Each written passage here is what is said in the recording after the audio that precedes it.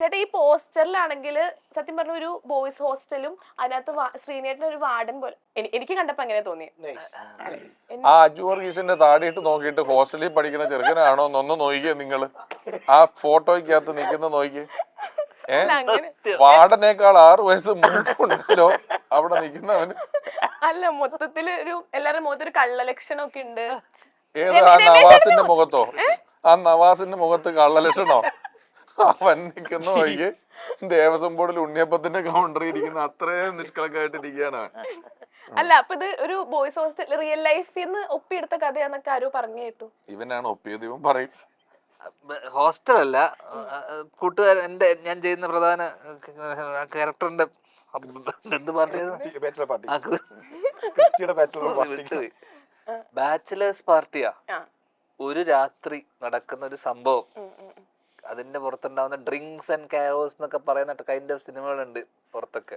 അത്തരത്തിൽ കള്ളുടി മദ്യപാനം കൊണ്ടുണ്ടാവുന്ന chaos second ഹാഫിലോട്ട് എത്തുന്ന സമയത്ത് അതൊരു പോലീസ് സ്റ്റേഷൻ വരെ എത്തുന്ന രീതിയിലോട്ടാവുന്ന അവിടെ ഉണ്ടാവുന്ന കുറച്ച് പ്രശ്നങ്ങളും ഈ സീരീസ് ഓഫ് ഇവന്റ്സും ആണ് സിനിമ. അപ്പൊ അതില് എന്റെ അച്ഛനായിട്ടാണ് അച്ഛൻ അഭിനയിക്കുന്നത്. രമേശേട്ടനും അജുവേട്ടനും സ്ത്രീ കഥാപാത്രങ്ങളുണ്ട് കേട്ടോ. സ്ത്രീ വളരെ ഇമ്പോർട്ടന്റ് ആയിട്ടുള്ള സ്ത്രീ കഥാപാത്രങ്ങളുണ്ട്. അവരുമായി ബന്ധപ്പെട്ടിട്ടാണ് ഇവിടെ ഉണ്ടാകുന്ന ഇഷ്യൂസ് എല്ലാം വരുന്നത്. പോസ്റ്ററിൽ വെച്ചിട്ടില്ലെന്നേ ഉള്ളൂ. ഇതിന്റെ പേരിൽ നമ്മള് ആപ്പ് കൈസേ ഹോ എന്ന് കേൾക്കുമ്പോൾ നമ്മൾ ഹൗ ആർ യു ആ ഒരു ഇതല്ലേ വിചാരിക്കുന്നേ. പക്ഷെ ശരിക്കും ആ ആപ്പ് അല്ലല്ലേ ഈ ആപ്പ്. രണ്ട് രീതിയിലും നമുക്ക് ആലോചിക്കാം. കാരണം ഇതിലുള്ള ഒരു സെൻട്രൽ ക്യാരക്ടർ ചെയ്യുന്ന ഒരാള് സംസാരിക്കുന്നത് ഹിന്ദിയിലാ. പിന്നെ മറ്റേ ആപ്പും കൂടെ ഉണ്ട്, അതും കൂടെ ആലോചിച്ചിട്ട് തന്നെയാണ്. അതാണ് ആപ്പ് മാത്രം മലയാളത്തിലാക്കിയത്. അപ്പൊ അത് രണ്ടും കൂടെ വെച്ചിട്ടാണ് ടൈറ്റിൽ ഇട്ടത്. ധ്യാൻ ചേട്ടന്റെ എല്ലാ മൂവീസിലും അജു ചേട്ടൻ ഉണ്ടാവാറുണ്ട്. ഫ്രീ ആയിട്ട്. ഫ്രീ ആയിട്ടാ അങ്ങനെയാണല്ലോ പറയുന്നേ. അല്ല ഞാൻ അങ്ങനെയല്ലേ പറഞ്ഞത്. അപ്പം നിങ്ങൾ തമ്മിൽ നിങ്ങൾ പോലും അറിയാത്ത എന്തെങ്കിലും ഒരു ഇതുണ്ടോ? അങ്ങനെയല്ല,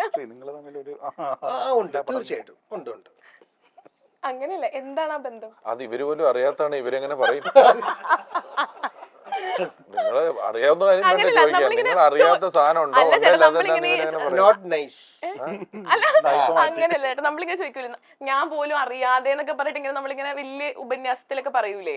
അതെ, ഞാൻ പോലും അറിയാതെ ഇവര് തമ്മിൽ ഇപ്പൊ അങ്ങനെ എന്തെങ്കിലും ഉണ്ടാകാൻ ഒരു ഉള്ളിന്റെ ഉള്ളിൽ ഒരു ബന്ധല്ലേ ഇത് പറഞ്ഞു പറഞ്ഞൊരു വേറെ ടൈപ്പ്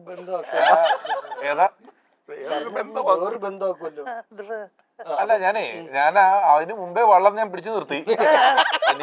ഞാൻ ഇതിലെന്താ, ഞങ്ങള് പോലും അറിയാതെയുള്ള ഒരു ബന്ധം ഞങ്ങൾക്കിടയിലില്ല.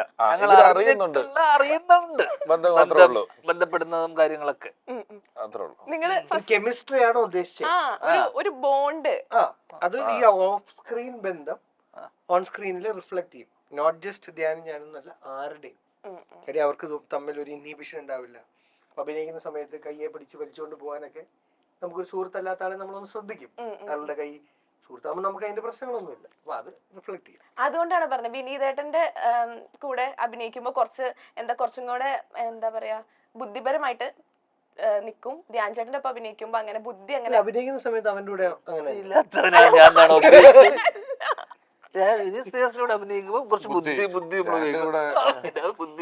ചേട്ടാ അങ്ങനെയല്ല. അപ്പൊ ഇദ്ദേഹം ഒരു മണ്ടനായതുകൊണ്ടാണോ എന്റെ പടത്തിൽ അഭിനയിച്ചത്? അല്ല, നിങ്ങൾ എന്താ ഞങ്ങളെ പറ്റി കരുതി വെച്ചിരിക്കുന്നത്? നേരത്തെ അഭിനയിക്കുന്ന ആൾക്കാർ എന്റെ കൂടെ അഭിനയിക്കുന്ന ആർട്ടിസ്റ്റുകൾക്ക് ബുദ്ധി വേണ്ട. അല്ല അങ്ങനെയല്ല, കുറച്ചും കൂടെ ഫ്രീ ആയിട്ടല്ലോ, കുറച്ചും കൂടെ ഫ്രീ ആയിട്ട്. ഇതിനുള്ള ഉത്തരം സാറ് കണക്ക് വയ്ക്കുന്നുണ്ട്, അവൻ പറഞ്ഞു തരട്ടെ. പറഞ്ഞു. ഇല്ല, എനിക്ക് അവന്റെ കൂടെയും സെയിം ഇത് തന്നെയാണ്. വിനീതിന്റെയും ഒരിക്കലും അങ്ങനെ ഒരു. അപ്പൊ നീ പറഞ്ഞ വിനീതിന് ബുദ്ധിയില്ല. നീ എന്ത് ശരിക്കും പറഞ്ഞു വരുന്നത് എങ്ങോട്ട് എത്തിക്കൊണ്ടിരിക്കുന്നേ? എനിക്ക് കുട്ടി പറഞ്ഞു വിനീതിന് ബുദ്ധിയുണ്ട്, ധ്യാന്റെ ബുദ്ധിയില്ല. നീ അവിടെ ചെല്ലുമ്പോ ബുദ്ധിയുണ്ട്, ഇവിടെ ചെല്ലുമ്പോ ബുദ്ധിയില്ല. പറയുന്നത് നിനക്ക് തീരെ ബുദ്ധിയില്ല കേട്ടോ. നിനക്ക് ഒരു ബുദ്ധിയില്ല. അങ്ങനെ മനസ്സിലാവാത്തോണ്ടാ. മനസ്സിലായില്ലേ ചേട്ടന്? ഞാൻ ആദ്യം തുടക്കത്തിൽ ഞാൻ മോട്ടിവേറ്റ് ചെയ്തപ്പോഴും പ്രോത്സാഹിച്ചപ്പോഴും സദ എനിക്ക് വാണിംഗ് തന്നതാണ്. ഞാൻ ശ്രദ്ധിച്ചില്ല. മൂർഖം പാമ്പിനെയാണല്ലോ നീ പാല് കൊടുത്ത് വളർത്തുന്നത്.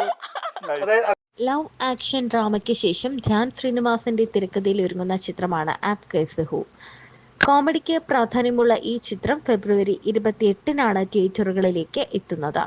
മലയാളികളുടെ പ്രിയ നടനും തിരക്കഥാകൃത്തുമായ ശ്രീനിവാസൻ ഒരു ഇടവേളയ്ക്ക് ശേഷം മകൻ ധ്യാൻ ശ്രീനിവാസനൊപ്പം ബിഗ് സ്ക്രീനിലേക്ക് എത്തുന്നു എന്നതും സിനിമയുടെ മറ്റൊരു പ്രത്യേകത തന്നെയാണ്. നവാഗതനായ വിനയ് ജോസ് ആണ് ചിത്രം സംവിധാനം ചെയ്യുന്നത്. അജു വർഗീസ്, രമേശ് പിഷാരടി, സൈജു കുറുപ്പ്, സുധീഷ്, ജീവ ജോസഫ്, ദിവ്യ ദർശൻ, സഞ്ജു ശിവറാം, ജൂഡ് ആന്റണി ജോസഫ്, നവാസ് പള്ളിക്കുന്ന്, ഇടവേള ബാബു, അബിൻ ബിനു, സുരഭി സന്തോഷ്, തൻവി റാം, വിജിത തുടങ്ങി നീണ്ട താരനിര ചിത്രത്തിൽ അണിനിരക്കുന്നുണ്ട്. മനു മഞ്ജിത്തും സ്വാതിദാസും ചേർന്നൊരുക്കുന്ന വരികൾക്ക് ഡോൺ വിൻസെന്റ് ആണ് സംഗീതവും പശ്ചാത്തല സംഗീതവും ഒരുക്കുന്നത്.